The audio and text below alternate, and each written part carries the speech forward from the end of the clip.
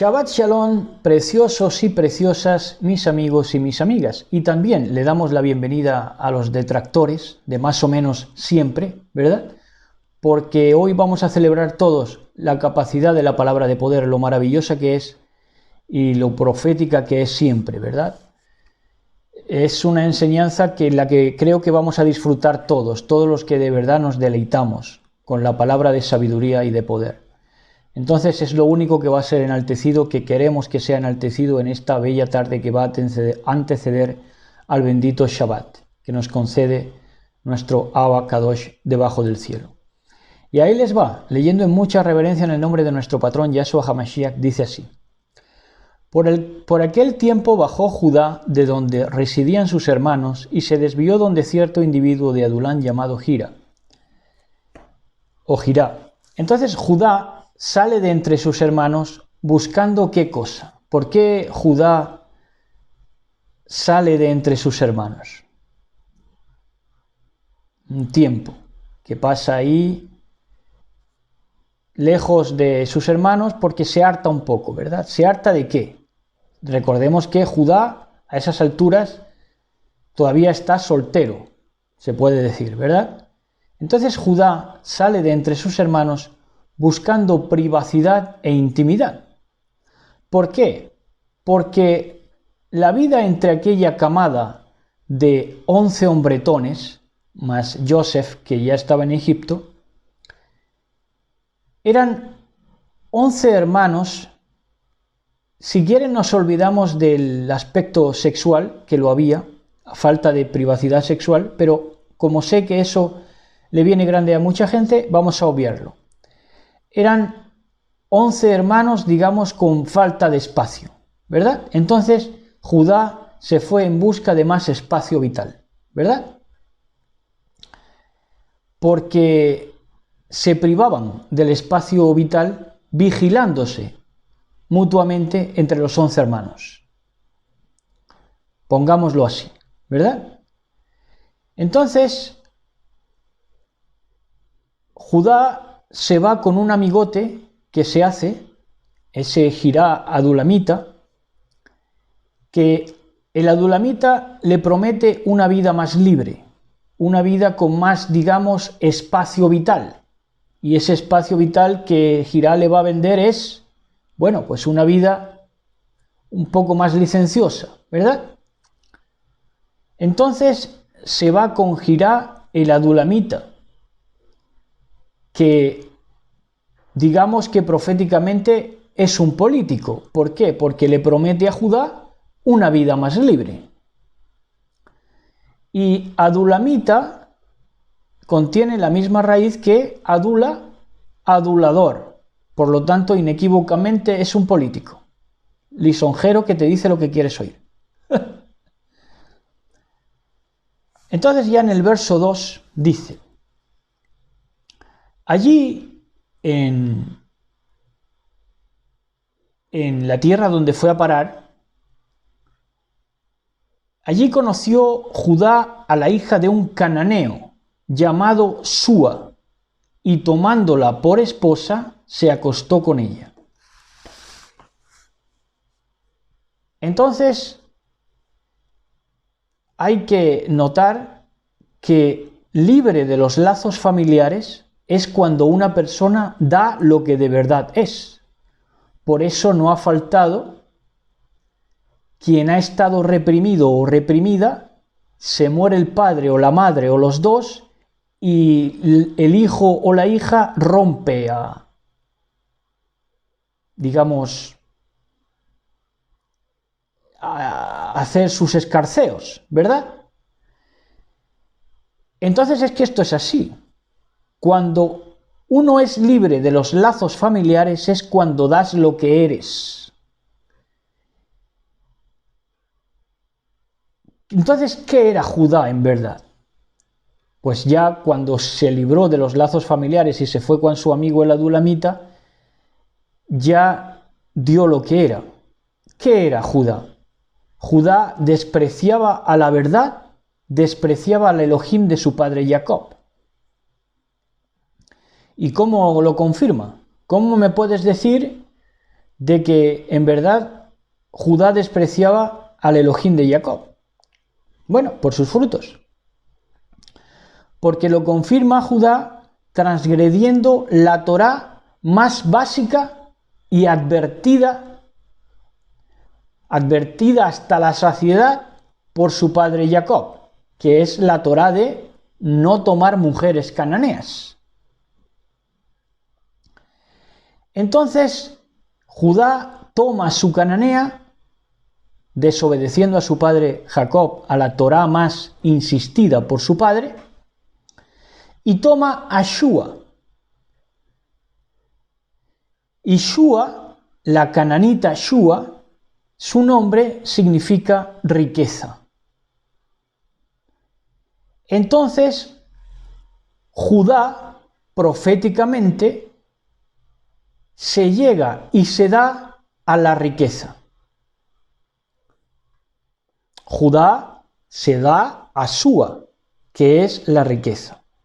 ¿Y qué nos dice a esto, respecto a esto, nuestro patrón Yahshua HaMashiach? Pues ya muchos de ustedes lo habrán captado.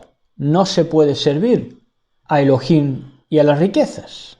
No se puede tomar o querer tomar a Yahshua HaMashiach y también a la cananea.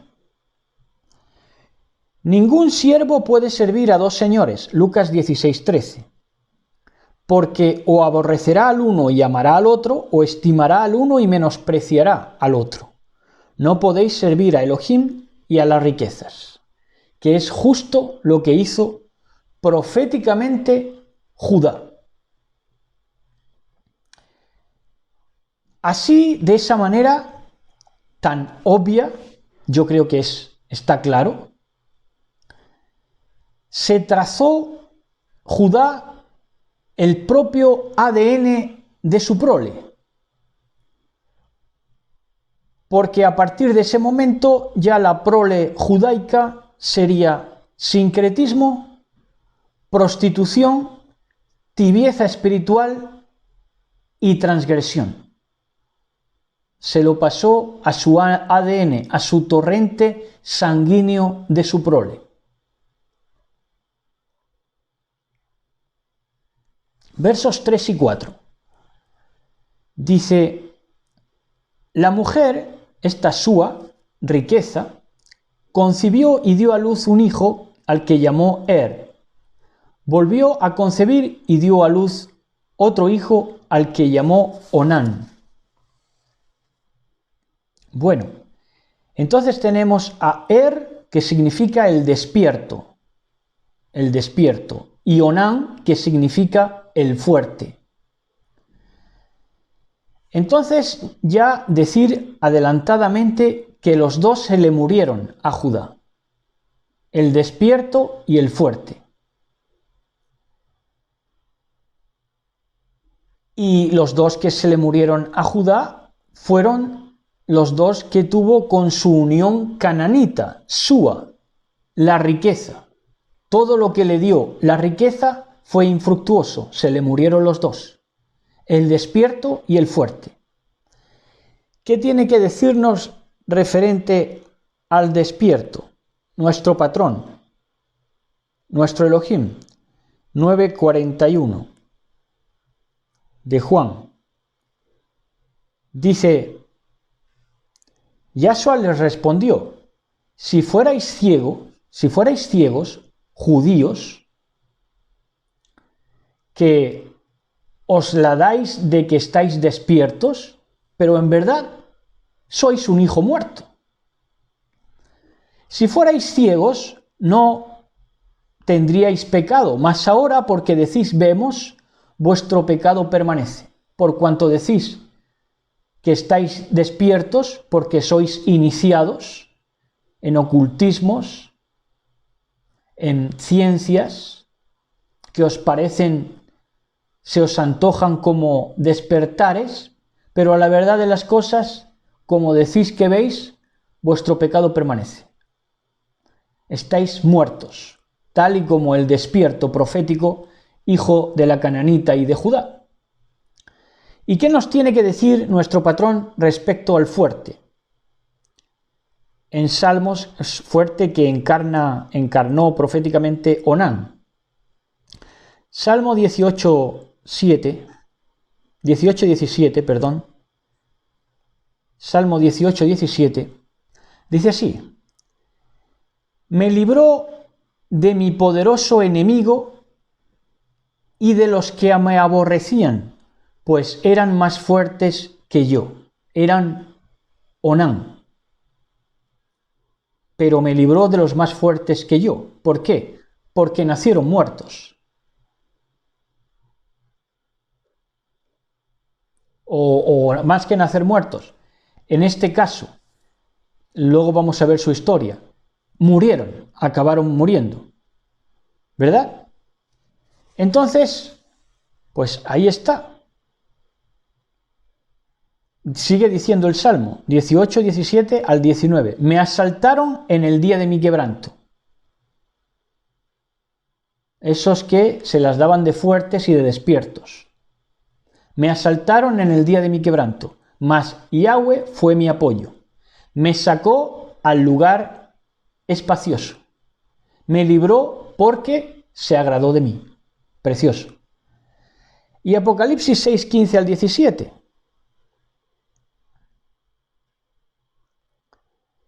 Apocalipsis 6:15 al verso 17 dice así, respecto a los fuertes. Dice: y los reyes de la tierra, y los grandes, los ricos, ¿verdad? Ricos, de un Judá que, recordemos, se ayuntó con las riquezas y tuvo 2 hijos que murieron, el despierto y el fuerte. Los capitanes, los poderosos, los fuertes. Y todo siervo y todo libre se escondieron en las cuevas y entre las peñas de los montes. La jerarquía de su tiempo, de este tiempo profético, que responde a la monarquía que había sobre todo en Europa, en el tiempo profético que está hablando aquí. Y decían a los montes y las peñas: caed sobre nosotros y escondednos del rostro de aquel que está sentado sobre el trono y de la ira del Cordero, porque el gran día de su ira ha llegado y quién podrá sostenerse en pie. Así que ahí se les acabó el cuento a los poderosos que eran fruto del ayuntamiento entre el judaísmo y las riquezas. Pues ahí la palmaron más de uno, más de una monarquía europea en ese tiempo. Bueno, entonces, verso 5. Dice en el verso 5: nuevamente dio a luz otro hijo al que llamó Selah. Ella se encontraba en Aczib cuando dio a luz. Entonces, este verso es: tuvo el hijo Selah, que fue el que sobrevivió a la postre de la cananita, y Selah o Shelah se traduce como una petición. Y fue una petición antes de ser párate y piensa, que es Selah, es una palabra muy parecida. O sea, para que haya un Shelah de una petición, primero tiene que haber un Selah de párate y piensa, y luego pide. Antes de pedir, párate y piensa. Ese es el orden correcto. Versos 6 y 7. Dice: Judá tomó para su primogénito a una mujer llamada Tamar. El primogénito de Judá, fue malo a los ojos de Yahweh, que le hizo morir. Ahora, ¿cómo es que lo hizo morir? ¿Por qué? ¿Es que Elohim es caprichoso para matar a la gente? ¿O qué selección sigue para matar a quien no le agrada? ¿Verdad? Y es que ya debió ser malo el tipo, ¿verdad? 2:1 de Miqueas dice así, de esta corte sería: Hay de los que en sus camas piensan iniquidad y maquinan el mal, y cuando llega la mañana, despierto, lo ejecutan, el mal que traman y maquinan aún en la cama, porque tienen en su mano el poder. Por eso creen que tienen la licencia, como tienen en su mano el poder, de ejecutar el mal después de maquinarlo. Despierto. De esta manera actuó y por eso fue muerto. Entonces, vamos a los versos 8 y 9. Dice: entonces Judá dijo a Onán: cásate con la mujer de tu hermano y cumple como cuñado con ella, procurando descendencia a tu hermano. Onán sabía que aquella descendencia no sería suya. Este es el fuerte. Ya había muerto el despierto, por maquinar mal, y despertar y ejecutarlo, el mal que maquinaba aún en la madrugada en su cama. Y entonces ya este fuerte dice: Onán sabía que aquella descendencia no sería suya,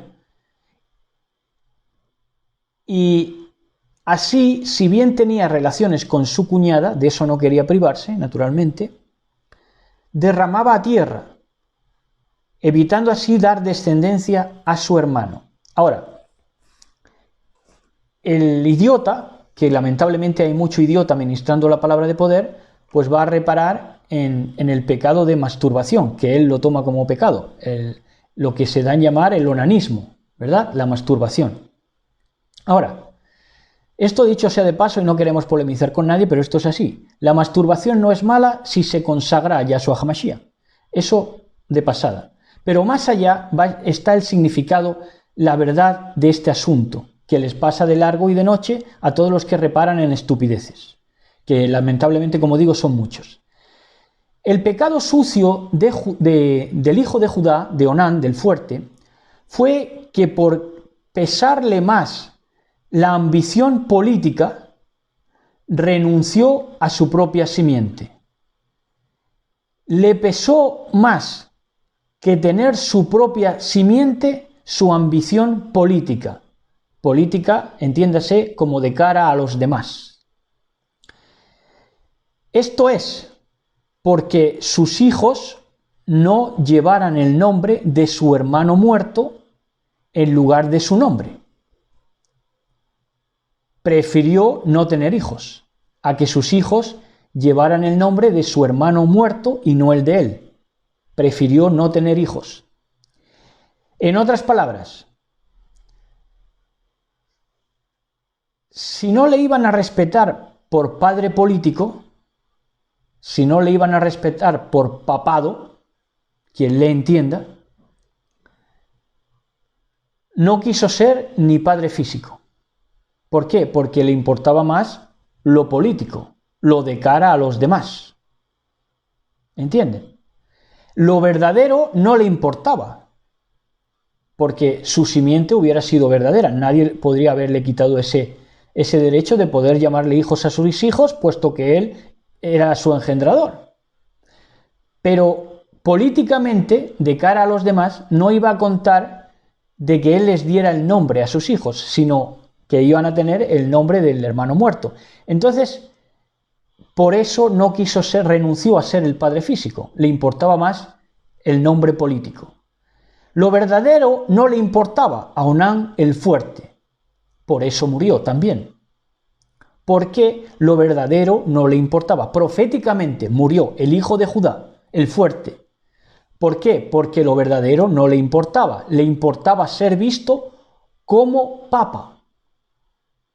No ser papá, ser visto como.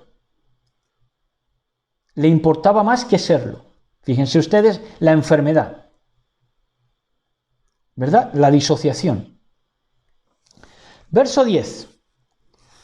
Pareció mal a Yahweh lo que hacía y le hizo morir también a él. Lo que hacía.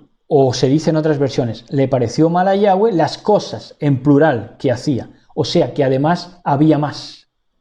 por si no fuera poco, que esto no fue poco, que le importara más lo político hasta el punto de privarse de su descendencia física por tal de que la gente no pudiera llamarle de una manera política, no pudiera a los hijos transmitirle su nombre, pues esto ya era pecado tremendo, porque ya digo, no le importaba la verdad, le importaba ser visto como políticamente para dar el nombre a sus hijos. Eso es lo que le importaba, ¿verdad? Y si no adquiría ese derecho, es que no quería ni tener los hijos. Esto no es cualquier cosa, esto es un pecado de hipocresía tremendo, una disociación cognitiva realmente monumental. Pero es que había cosas, dice, otras cosas que no le agradaron al Eterno bendito sea de este Onán, el fuerte. Y entonces, estas cosas las vamos a dilucidar en 31 del libro de Isaías, que dice así: Ay de los hijos que se apartan, dice Yahweh, para tomar consejo y no de mí. Se apartan para tomar consejo y no de mí. O sea, que les pesa más la opinión de otros, ¿verdad? Onán, fuerte, hijo de Judá.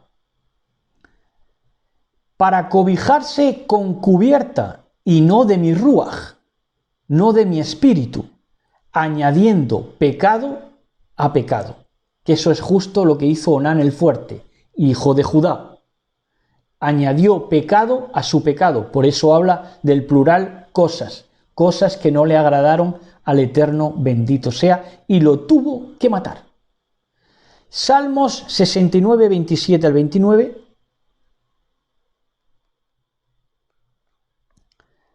Salmos 69, 27 al 29. Dice así, mis preciosos y mis preciosas, dice así: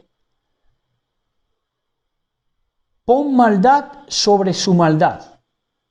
Es una oración para que no le quede ninguna excusa al malo y sea derribado cuanto antes. Pon maldad sobre su maldad, justo lo que hizo Onán el fuerte, el Elohim de Judá. No es fuerte, no es poderoso fuerte y poderoso es Elohim, el Elohim de Judá, hijo suyo. Pon maldad sobre su maldad y no entren en tu justicia. Sean raídos del libro de los vivientes y no sean escritos entre los justos. Mas a mí, afligido y miserable, tu salvación, oh Elohim, me ponga en alto. Preciosa oración. Entonces tenemos a que en el verso 11 dice así, dice, entonces dijo Judá a su nuera Tamar: quédate como viuda en casa de tu padre hasta que crezca mi hijo Selá. Pues se decía para sí mismo, Judá pensaba de esta manera: por si acaso muere también él, lo mismo que sus hermanos. Es decir, no quería darlo a Tamar para que no muriera como sus hermanos. Tamar se fue y se quedó en casa de su padre, tal y como le dijo su suegro. Entonces, de la misma manera que hemos visto la oración, la tefilá del Salmo, que dice que añadiera sobre los malos pecado sobre pecado, pues Judá siguió acumulando pecado. Judá seguía también añadiéndose pecado. Ahora culpaba a la mujer del pecado de sus hijos, porque sus hijos eran los perversos y por eso murieron. Pero sin embargo él atribuyó que el pecado era de la mujer. supersticiosamente, por supuesto, no tenía motivos para pensarlo, porque los motivos estaban claros que eran por sus hijos. Pero él, supersticiosamente, dijo, no, es la mujer la que está maldita, y si le doy también a Sela, pues lo va a maldecir y lo va a matar también. Entonces esto era acumular pecado, de Judá, patriarca de los judíos, estamos hablando. Claro, esto de culpar a la mujer del pecado de sus hijos es el mismo machismo del sistema que se ha perpetuado. Por eso vivimos en un mundo judío o judaico, de hipocresía, de fariseísmo, de machismo del sistema. ¿Qué se culpa a la mujer? ¿De qué? Del pecado de sus hijos. ¿Verdad? Pero en este caso, esta mujer profética, Tamar, lo que quiso fue ser parte de la promesa. Para eso fue toda su briega, porque ella conocía de las promesas a los patriarcas.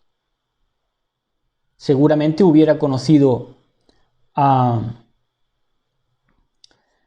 Jacob, las promesas de Jacob, las promesas que estaban allí circulando entre la familia de Jacob, y ella quiso ser parte de esa promesa. ¿Verdad? Eso fue lo que de verdad quiso Tamar, la mujer profética. Verso 12 dice, pasaron muchos días y murió la hija de Súa, la mujer, la hija de Súa, no, Súa era la mujer, aquí esto es una mala traducción, murió Súa, que era la mujer de Judá, ¿verdad? Que se llamaba riqueza, que por eso hemos dicho que se ayuntó con las riquezas, ¿verdad? Contraviniendo también Torah, proféticamente. Entonces, dice que murió Súa, la riqueza, ya murió. ¿Por qué? Porque la vida es una noria. Viene la riqueza y por donde viene se va, ¿verdad? Ahora, ¿qué hace Judá? Añade pecado de nuevo. Cuando Judá se hubo consolado, subió a Timná para el trasquileo de su rebaño junto con Jirá, su compañero adulamita. Entonces, otro pecado de Judá fue desear consolarse con prostitutas.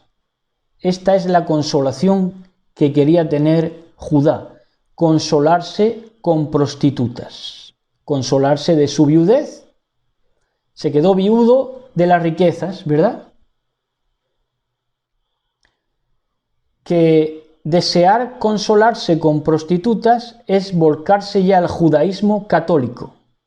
Eso es ni más ni menos, proféticamente. Lo que intentó o lo que quería hacer, y de hecho lo hizo pensando que Tamar era ramera, pero lo que deseaba después de la viudez era consolarse con prostitutas, esto es, judaísmo católico, proféticamente. Verso 13 dice, se lo notificaron a Tamar, oye, tu suegro sube a Timná para el trasquileo de su rebaño. ¿Para qué dicen que subía? Pues lo que de verdad quería era irse de putas, Judá. Pero trascendió la idea, o trascendió la noticia, de que era para trasquilar a las ovejas. Ahora, incluso en esto de trasquilar a las ovejas, hay un mensaje profético. Claro que sí, por supuesto. Porque en Ezequiel 34, 1 al 4, nos dice así. Dice, vino a mí palabra de Yahweh diciendo, ser humano, profetiza contra los pastores de Israel. Profetiza y di a los pastores, así ha dicho Yahweh el patrón. Ay de los pastores de Israel que se apacientan a sí mismos. Se apacientan a sí mismos. ¿No apacientan los pastores a los rebaños? Si eres pastor. ¿Coméis la grosura y os vestís de la lana? ¿Qué quería hacer Judá? Vestirse de la lana la engordada degolláis, mas no apacentáis a las ovejas. No fortalecisteis las débiles, ni curasteis la enferma, no vendasteis la perniquebrada, no volvisteis al redil la descarriada, ni buscasteis la perdida, sino que os habéis enseñoreado de ellas con dureza y con violencia. Trasquiladores. Lo mismo de Israel, que por supuesto proféticamente lo estamos leyendo, de Judá. Trasquilador de ovejas. Rabinato. Verso 14. Dice: entonces ella se quitó de encima cuando le notificaron que su suegro iba a esquilar las ovejas.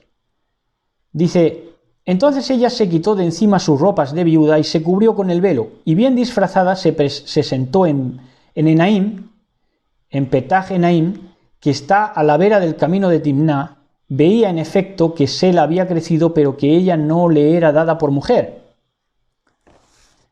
Entonces, proféticamente, acto profético de Tamar, que es la que más profética es de toda la historia. Por la promesa que ella ansiaba ser parte, Tamar, se quita la ropa de viuda. Esto es, se quita la ropa de viuda esperando la promesa como mujer profética, y al quitarse la ropa de viuda, se saca de encima al Dios muerto, al Dios que le habían matado proféticamente. ¿Para qué? Para echarle mano a la promesa, que todavía tenía la emuná, la fe, para ir a tomarla. Profético. Esto quien lo está entendiendo se está gozando. Verso 15. Dice: Judá la vio y la tomó por una ramera, porque se había tapado el rostro. ¿Cómo? Esto no vamos a pasar de largo aquí, no se crean. Porque Judá, arquitecto social, ¿verdad? O masón oficial, o poderoso estadista, Judá, o el científico del mundo, o los más inteligentes. Nos sigue confundiendo Judá con rameras por el tapabocas. Nos sigue confundiendo con ramera. Pero, ¿qué es lo que se está encontrando? Una mujer profética. Verso 16. En el verso 16 dice: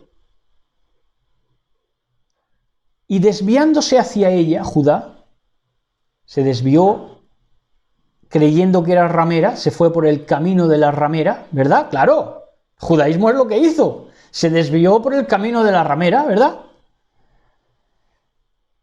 Y desviándose hacia ella dijo: déjame ir contigo. En otras versiones dice que hasta le pidió por favor, dice: por favor, déjame estar contigo. Pues no la reconoció como su nuera. Dijo ella: ¿y qué me das por venir conmigo? Entonces, Tamar proféticamente deseaba, como decimos, la promesa, hasta el punto que se quita su ropa de viuda, su Dios muerto, porque todavía le alcanzaba la fe para tomar la promesa. Entonces lo que iba buscando Tamar proféticamente era la promesa. Por eso Judá, si quieren lo leemos más abajo para que lo entendamos mejor, dice: y le pidió por favor que lo dejara estar con ella. Y dijo ella: ¿y de qué me das por venir conmigo? Dice en el verso 17, dice: te mandaré, y esto, y dicho sea de paso, más pecado para Judá, por si fuera poco, porque le ruega por yacer con prostitutas, que en otras versiones muestra que le pide por favor a la que se tomaba por prostituta, es decir, que rogaba por yacer con prostitutas, Judá, nada menos. Y entonces ya dice en el 17, dice: te mandaré un cabrito, cuando ella le dice, bueno, ¿y qué me das por venir conmigo? Le dice él, Judá, te mandaré un cabrito de mi rebaño. Dice, bien, dice Tamar, bien, pero dame algo en prenda como promesa hasta que me lo mandes.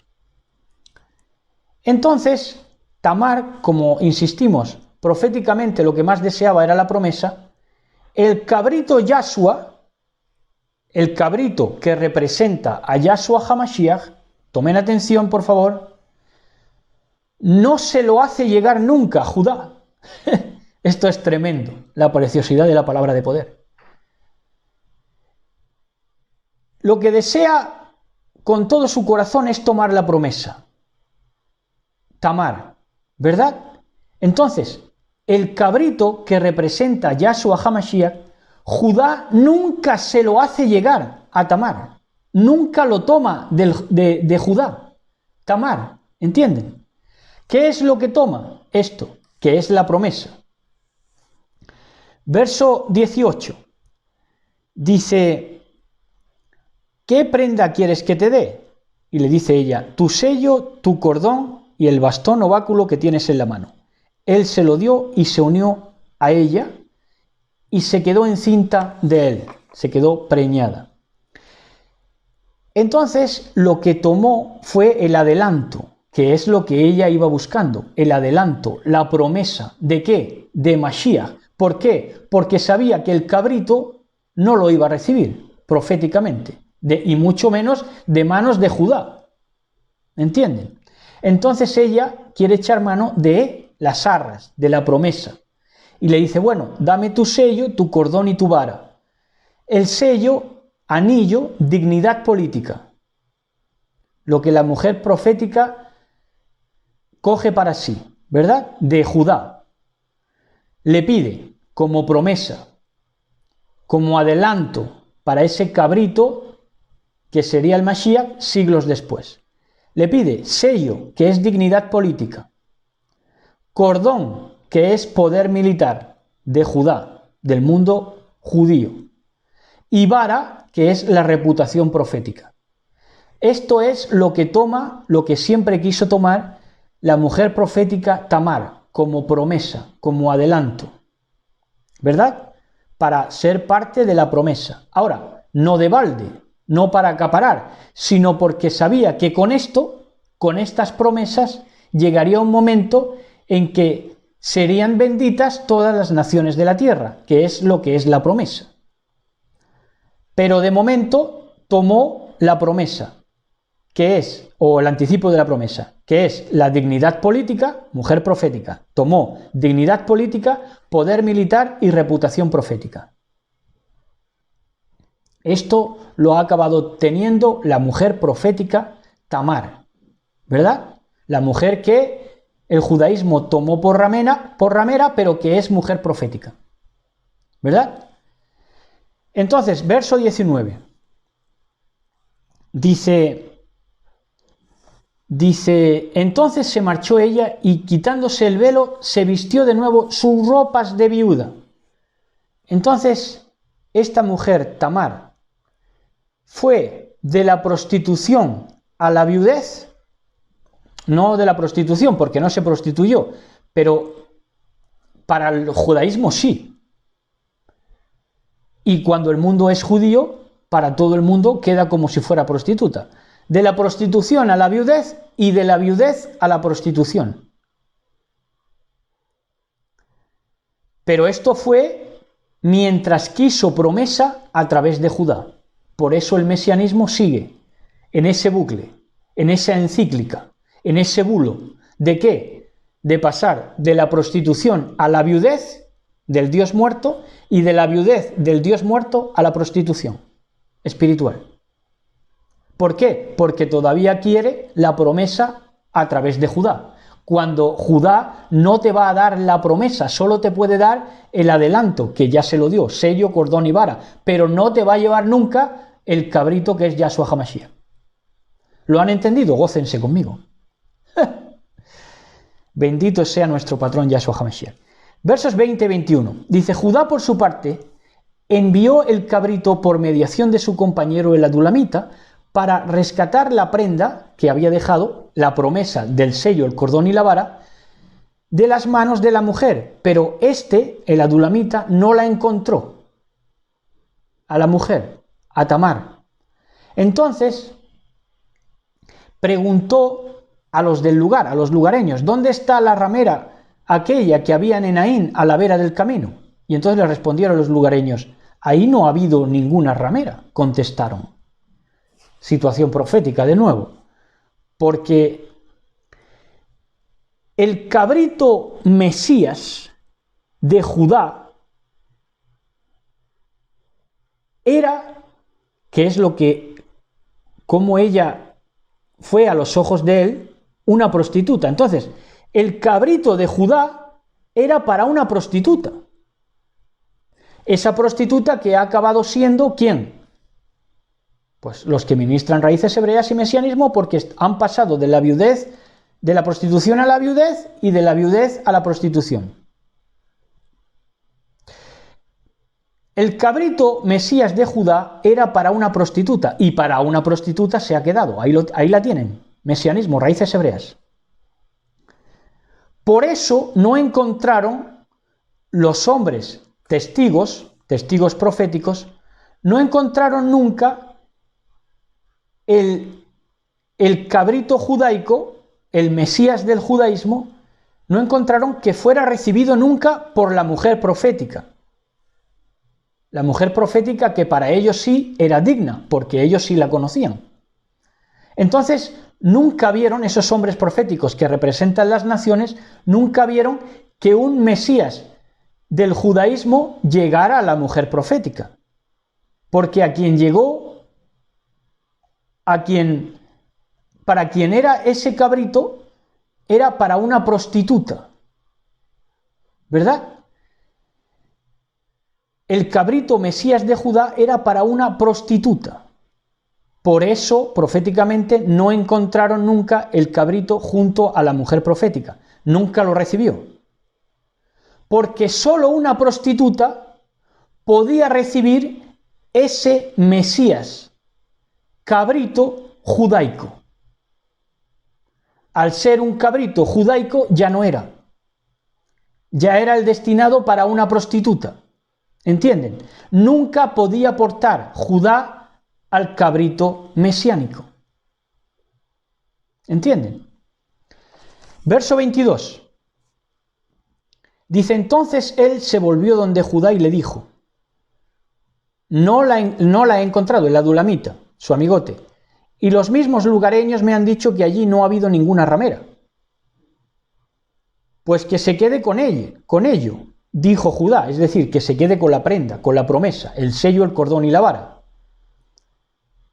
Dijo Judá, sacadla, no, perdón, esto me he adelantado, dice para que se quede con ello, con la promesa, para que nadie se burle de nosotros. Ya ves cómo he enviado ese cabrito y tú no la has encontrado. Entonces, como decimos, ya lo hemos explicado, que nunca Judá pudo portar un cabrito legítimo, porque viniendo de él ya iba a ser para una prostituta. ¿Verdad? Como ha sido. Prostituta mesianismo, raíces hebreas, y prostituta también catolicismo, que tomó de todo el talmudismo, del cabrito judaico, que estaba destinado a ser llevado a una prostituta. Pero ya no era el cabrito Mashiach, ya era el cabrito del judaísmo, ya era un cabrito talmúdico. Por eso llegó a la prostituta. La prostituta sí lo cogió, la prostituta católica y la mesiánica. Entonces en el 22 dice lo que hemos leído, ¿no? Entonces él se volvió donde Judá y le dijo, no hemos encontrado y los lugareños me han dicho que allí no ha habido ninguna ramera. Pues que se quede con ello, dijo Judá, que nadie se burle de nosotros. Ya ves cómo he enviado este cabrito y tú no la has encontrado. Tamar guardó dignamente toda su viudez delante de los testigos que sirvieron como hombres proféticos de las naciones. Entonces Tamar, como mujer profética, guardó dignamente toda su viudez, que han sido estos 2000 últimos años de historia de la humanidad. ¿Verdad? ¿Y cómo vemos esto? Esto lo vemos en Romanos 7:2.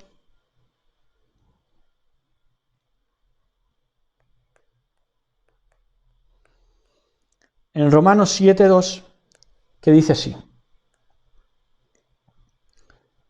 porque la mujer casada está sujeta por la Torá al marido mientras éste vive, pero si el marido muere, como se supuso que mataron al Mashiach, que mataron a Elohim dentro del plan maquiavélico del despotismo ilustrado, si el marido muere, ella queda libre de la Torá del marido.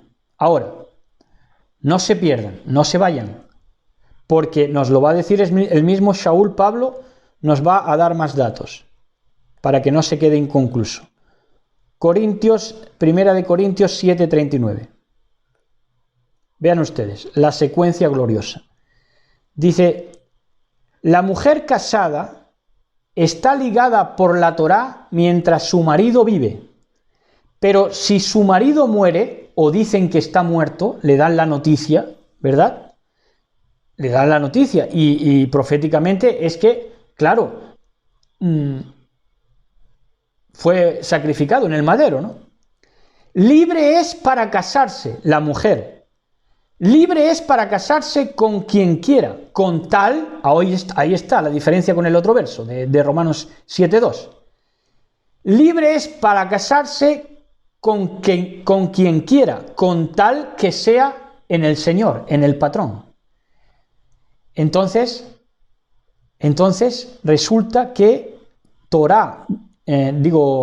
Tamar guardó dignamente toda su viudez como mujer profética estos 2000 años, pero hubo una prostituta profética que se fue con otro, que no guardó honradamente su viudez, sino que se fue con otro que no tenía nada que ver. No era con tal que fuera en el Señor, no fue en el Señor, no fue en el patrón, sino que fue con otro, ¿verdad? Esta mujer prostituta. Y las dos fueron prostitutas, porque tanto el catolicismo se fue con el judaísmo como el judaísmo con el catolicismo.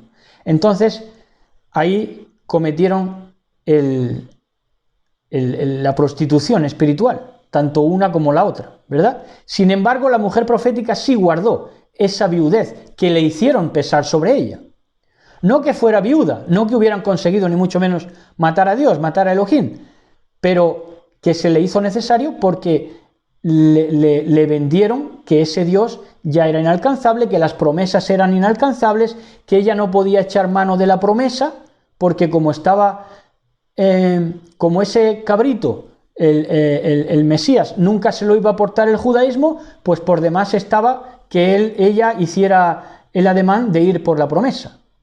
Pero tuvo la fe para ir por la promesa, guardando esa viudez estos 2000 años, ¿verdad? Y quedó libre para casarse con quien quiera, con tal que fuera en el mismo patrón Yahshua HaMashiach. Bueno, entonces vamos al verso 23, que dice, pues que se quede con ella, dijo Judá, que nadie se burle de nosotros, ya ves cómo he enviado este cabrito y tú no lo has encontrado. Entonces aquí profetiza Judá, porque le dice, tome para ella la promesa, dicen otras versiones, tome para ella, para Tamar, la mujer profética, la promesa, el cordón, la vara y el sello, ¿verdad? La autoridad, ahora lo vamos a ver, la dignidad política, el poder militar y la reputación profética, para la mujer profética. Tome para ella la promesa, nos está diciendo a la mujer profética, el mismísimo Judá. Tome para ella la promesa, aun tomándola por ramera. Tremendo, ¿no? Lo que Elohim hace decir, ¿verdad? Es que cuando él quiere todos profetizamos. Está profetizando Judá. Aun tomando a la mujer profética como ramera, le dice, tome para ella la promesa, tome para ella mis poderes, mi anillo, mi sello, mi anillo, mi cordón y mi vara, ¿verdad? Tome para ella la promesa, pero bueno, ¿la promesa qué era? La promesa de Abraham, Isaac y Jacob. Dice, para que no seamos avergonzados. ¿Quiénes? Que tome ella, la mujer profética, la promesa para que no seamos nosotros avergonzados. ¿Qué promesa iba a coger? ¿Qué promesa él mismo le traslada? La promesa de Abraham, de Isaac y de Jacob, para que no seamos los judíos avergonzados. Se queda entonces con el sello, el cordón y la vara. Se quede la mujer profética con la autoridad, con el poder y con la profecía. Ahí estamos. Ahora sí están diciéndola bien. Verso 24. Ahora bien, 3 meses después aproximadamente, Judá recibió este aviso. Tu nuera Tamar ha fornicado y lo que es más, ha quedado encinta a consecuencia de ello. Dijo Judá, sacadla y que sea quemada. Los lugareños que sirvieron como hombres proféticos de las naciones, no le llamaron ramera a hombres proféticos que también, pongamos, ministraban Biblia también. Los lugareños no le llamaron ramera a Tamar, la mujer profética, hasta que tuvo fruto. Y esto es profético. No te van a llamar ramera, ¿verdad? Hasta que tengas fruto, ¿verdad? Digo, el judaísmo. Digo, la falta de promesa, el minusvalorar continuamente la Torá. La Torá, desde la Torá de su padre, que le dijo que no tomara cananita, hasta la Torá de la promesa misma, porque la venden. Y para no ser más avergonzados, dice que la tome para ella, la mujer profética. No la valoran. ¿Por qué? Porque no la viven ni la creen. Entonces, los lugareños, hombres proféticos, pongamos, ministradores de Biblia, que hay por ahí, no le llaman ramera, porque como no estaba encinta, pero una vez que está encinta la mujer profética y tiene fruto, ahí sí le empiezan a llamar, a tratarla de ramera, y la denuncian ¿a quién? Al suegro, al judaísmo, tratándola de ramera. Ahí la denunciaron. Entonces, 25 y 26 dice, pero cuando ya la sacaban, envió ella un recado a su suegro. Dice, del hombre a quien pertenece esto estoy encinta. Y añadía, examina por favor, ¿de quién es este sello, este cordón y este bastón? Judá lo reconoció y dijo, ella tiene más razón que yo. En otras versiones dice, ella es más justa que yo. Porque la verdad es que no la he dado por mujer a mi hijo Selá, y nunca más volvió a tener trato con ella. Le dijo Judá, justa es más que yo, y no mentía, de nuevo profetizaba. ¿Por qué era la mujer profética más justa que el judaísmo? Hombre, porque el judaísmo ya tenía una trayectoria de pecado sobre pecado. Y Judá ahí por fin reconoció de que la había enviudado a Tamar, a la mujer profética, la había enviudado también proféticamente, espiritualmente, matando al Mashiach en este último tiempo del despotismo ilustrado, por su mala simiente, por la mala simiente del judaísmo. Por eso había enviudado a la mujer profética. Por eso dice proféticamente, más justa es ella que yo, porque yo la enviudé por mi mala simiente, por mis hijos locos, por mis hijos contaminados, malos. Fue lo único justo que salió de Judá hasta que Joseph le cambió la vida, tiempo después, mucho tiempo después. Ahora, versos 27, 28, 29 y 30. Dice, al tiempo del parto resultó que ella tenía 2 mellizos o 2 gemelos en el vientre. Y ocurrió que durante el parto uno de ellos sacó la mano, la partera lo agarró y le ató una cinta escarlata a la mano para saber que había salido primero. Pero entonces retiró él la mano y fue su hermano el que salió. Ella dijo, la partera, ¿cómo te has abierto brecha? Y le llamó Perez, que es rompimiento. Detrás salió su hermano, que llevaba en la mano la cinta escarlata, y le llamó Zeraj. Súper interesante. Y esto hay que pensarlo, hay que meditarlo para llegar a la desvelación. Por supuesto que sí. Entonces, lo primero a tener en cuenta en este parto de gemelos es que era la réplica de lo que le pasó a Jacob y a Esaú, ¿verdad? Hijos de Isaac.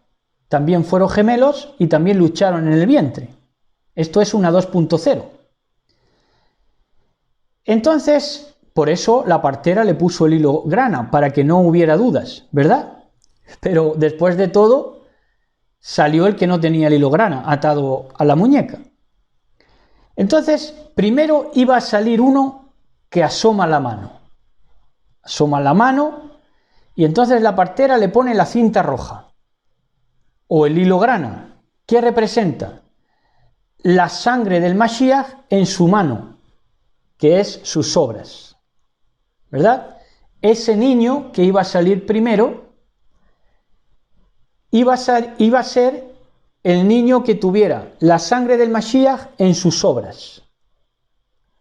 Pero resulta que el otro gemelo le lleva, contra todo pronóstico, abajo de nuevo. Y entonces, con toda la promesa y todo, con toda la sangre del sacrificio del Mashiach en sus obras, el otro impostor le lleva abajo y es que esto es profético porque primero tenían que llegar los principales, porque el que acaba naciendo primero por encima del que tenía el hilo grana, van a ser estos primeros que llegan a ser los principales de los escribas y fariseos. ¿O no? Claro que sí.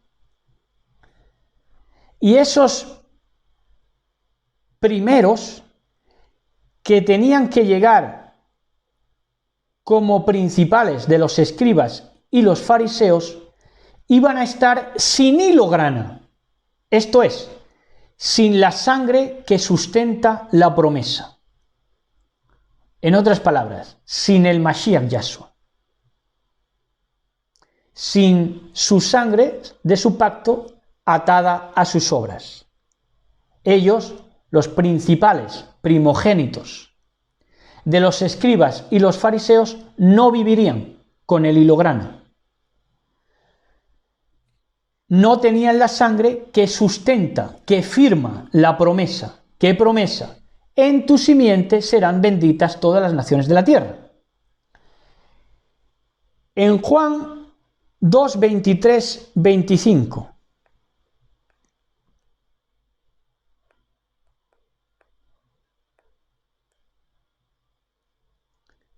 Dice así: mientras estaba en Jerusalén en la fiesta de Pesaj, de la Pascua, muchos creyeron en su nombre al ver las señales que hacía.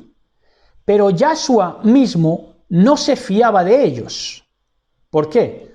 Porque eran primogénitos, eran principales, eran los que habían nacido antes, llevando abajo al que sí tenía el hilo grana. Porque los conocía a todos.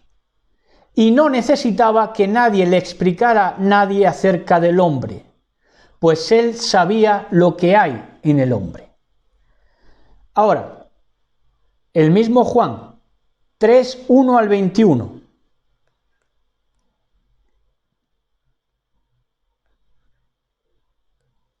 Dice así: mis preciosos y mis preciosas que están disfrutando con fruición de este bellísimo tema al que nos ha llevado nuestro patrón Yahshua HaMashiach. Dice así: había un fariseo llamado Nicodemo, que era un hombre importante, principal, dicen otras versiones.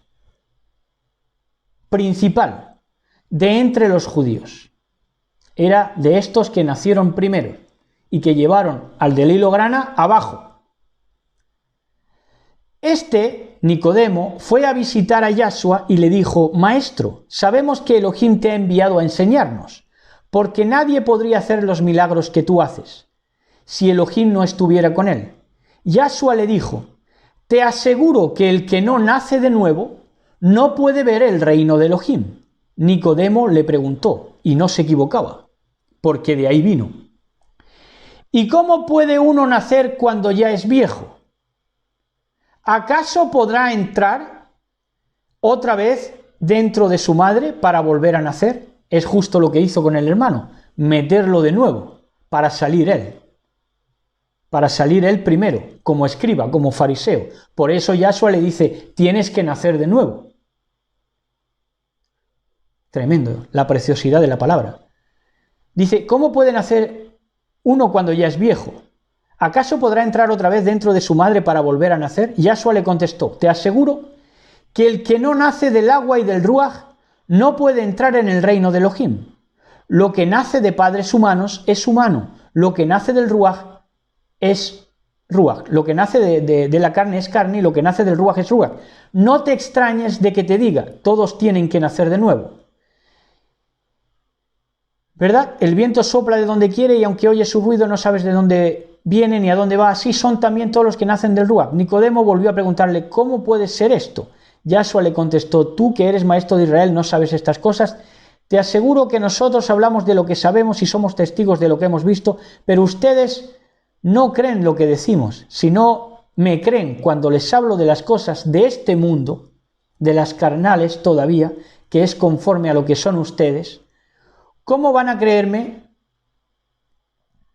si les hablo de las cosas del cielo? Y hasta ahí, ¿verdad? Hasta ahí vamos a leer. Entonces, proféticamente, Nicodemo fue el gemelo que, por un lado, él, hasta ese momento que se encuentra con Yahshua HaMashiach, fue el que echó abajo al que tenía el hilo grana. Pero en el momento de que se encuentra con Yahshua HaMashiach, cambia todo. Y Nicodemo pasa a ser proféticamente el gemelo que el primogénito de Judá, lo que eran los principales del Sanedrín, el primogénito, los principales de Judá, escribas y fariseos y saduceos, a la postre echó atrás. Por eso la opinión de Nicodemo, que era la más sabia, era la que menos contó en el Sanedrín. ¿Por qué? Porque de nuevo querían echarlo atrás. Y Nicodemo se hizo portador del hilo grana en cuanto conoció a Yahshua HaMashiach. Pero para hacerse portador del hilo grana y trasladar a sus compatriotas judíos a Yahshua HaMashiach, debía nacer de nuevo, ¿verdad? Debía vaciarse de lo que había conocido hasta ese momento y llenarse de ruaj, de espíritu, y dejar el entendimiento carnal, farisaico, escriba, impostor, fraudulento. Entonces es cuando Yahshua HaMashiach le dice a Nicodemo: tienes que nacer de agua y de ruaj. El ruaj representa la promesa, porque lo que vino con la promesa es el ruaj, el viento que hace la diferencia, el ruaj HaKodesh. Entonces tenía que nacer Nicodemo de agua y de la promesa. Debió nacer de nuevo del agua, vida nueva, y de la promesa, el lino grana en su mano. Ese era el ruaj del que debía nacer Nicodemo. El hilo grana en su mano, en sus obras, hacer todo nuevo, ser nueva agua, nueva vida. Precioso. Ahora, contengan la respiración, ¿verdad? Porque yo soy el primero que me asombro de la preciosidad de la palabra de poder. Y vayamos a la conclusión. Tenemos a lo largo de este capítulo 38 del libro de Bereshit, nos ha enseñado una mujer profética que el linaje de Judá, por su maldad del linaje de Judá, hace a la mujer profética viuda y además la confunde con ramera en el momento de que mata a Dios en su mente. Tenemos un judaísmo que le falla continuamente a la Torá de sus padres, tomando cananita,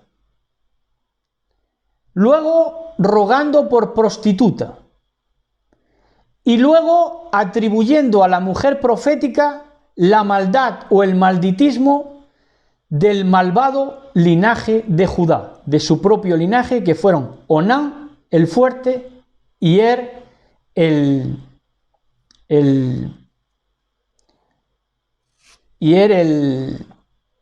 vamos a ver, ¿dónde está lo de el despierto y el fuerte?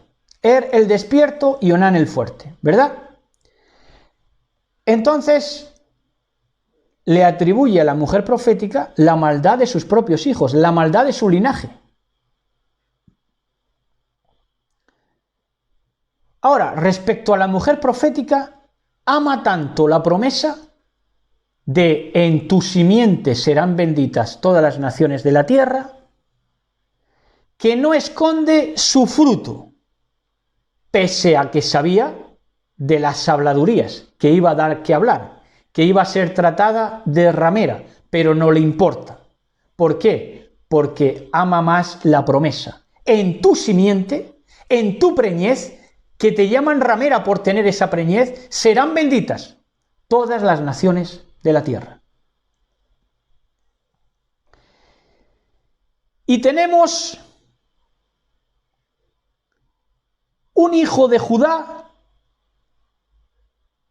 de nuevo suplantado como Jacob, metido hacia adentro por los principales, por los primogénitos de los judíos, por los principales de los escribas, de los sacerdotes, de los fariseos, de los saduceos, del politiqueo de cada tiempo. Entonces, de nuevo, Judá ve la reproducción de la misma escena que tuvo su padre al nacer con Esaú. Lo meten hacia adentro a su hijo, el hijo de la obra del hilo grana. El hijo de la obra del hilo grana no querían los principales que naciera, y mucho menos que naciera de nuevo, ya cuando se encuentran con Yahshua HaMashiach, en el tiempo de Nicodemo, en adelante. Entonces no querían que Nicodemo entendiera que una vez su mano, obras, fuese rodeada por la sangre del Mashiach, hilo grana, no hablamos ni mucho menos de judaicas, por supuesto, hablamos de una situación espiritual, ¿verdad? Rodear con el hilo grana es rodearte con la sangre del Mashiach, con la firma de la promesa. Entonces no querían que Nicodemo entendiera que una vez en su mano pusiera la sangre del Mashiach, ahí sí podía dar hijos despiertos, ya no más muertos, hijos muertos, despiertos y fuertes, sino que a partir de ahí, ya con el hilo grana, el pacto del Mashiach en sus obras, ahí, a partir de Nicodemo, ya sí pudieron dar hijos despiertos y fuertes que no murieran. Por eso, en Efesios 15, 13, el 14, y saboreemos esto como el plato suculento que es. Efesios 5, 13 al 14. Dice: mas todas las cosas, cuando son puestas en evidencia por la luz, por la or, son hechas manifiestas. Ahí está. Con esta or se tiene que enfrentar ya todo judaísmo, en todas sus variantes. Porque la or, la luz, es lo que manifiesta todo. Por lo cual dice, para que ya no tengan más hijos muertos después de estar despiertos. Por lo cual dice, despiértate, Judá, judaísmo, Nicodemo de tu tiempo, despiértate tú que duermes,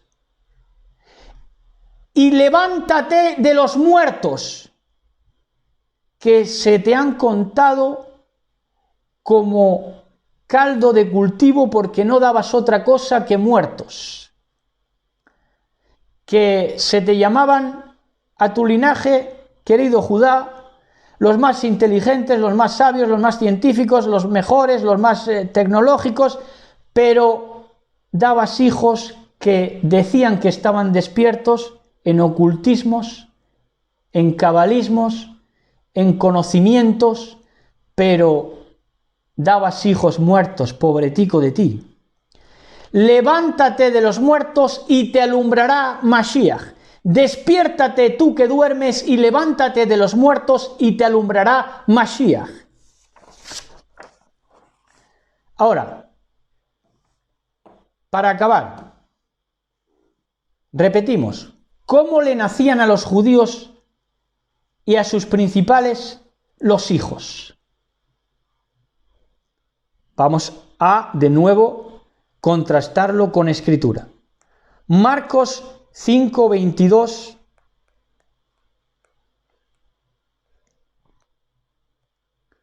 ...23... dice así. Y luego más adelante.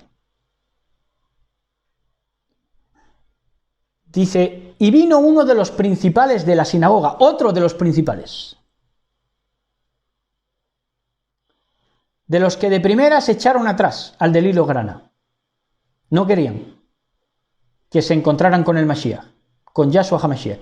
Entonces dice, y vino uno de los principales de la sinagoga, llamado Jairo, y luego que le vio a Yahshua HaMashiach, se postró a sus pies. Ahí es cuando nació de nuevo. Ese principal nació de nuevo, se puso el hilo grana. ¿Por qué? Por hacer abodá al creador de los cielos y la tierra, Yahshua HaMashiach. Se postró a sus pies. Ahí nació de nuevo. ¿Verdad? Y le rogaba mucho, este principal, le rogaba mucho diciendo, mi hija está agonizando, ven y pon las manos sobre ella para que sea salva y vivirá. Y entonces nos trasladamos al 35 al 43 del mismo capítulo 5 de Marcos. Dice, mientras él aún hablaba, ocupándose en otro milagro, dice, vinieron de casa del principal de la sinagoga diciendo, el principal Jairo, tu hija ha muerto, ¿para qué molestas más al maestro? Pero Yahshua, luego que oyó lo que se le decía, dijo al principal, al primogénito, al que había echado toda la vida atrás, al del hilo grana, al que no quería que se encontraran con él, con Yahshua HaMashiach. Le dijo, no temas, cree solamente. Y no permitió que le siguiese nadie, sino Pedro, Jacobo y Juan, hermano de Jacobo. Y vino a casa del principal de la sinagoga, y vio el alboroto y a los que lloraban y lamentaban mucho. Y entrando les dijo, ¿por qué alborotáis y lloráis? La niña no está muerta, sino que duerme. ¿Por qué? Porque era de esos hijos de Judá que iban a ser despiertos para siempre. proféticamente. Y se burlaban de él, de Yahshua HaMashiach mismo. Mas él, echando fuera a todos, tomó al padre y a la madre de la niña y a los que estaban con él y entró donde estaba la niña. Y tomando la mano de la niña, le puso el hilo grana. Qué preciosidad es la palabra. Le puso el hilo grana de su propio tacto. Le dijo, Talita Kumi, que traducida es, niña, a ti te digo, levántate. Y luego la niña se levantó y andaba, pues era de 12 años, y se espantaron grandemente. Aún los padres se espantaron grandemente. Pero él, Yahshua HaMashiach, les mandó mucho que nadie lo supiese y dijo que se le diese a la niña de comer. Así que la niña fue llevada a la vida, ¿verdad? Fue despierta.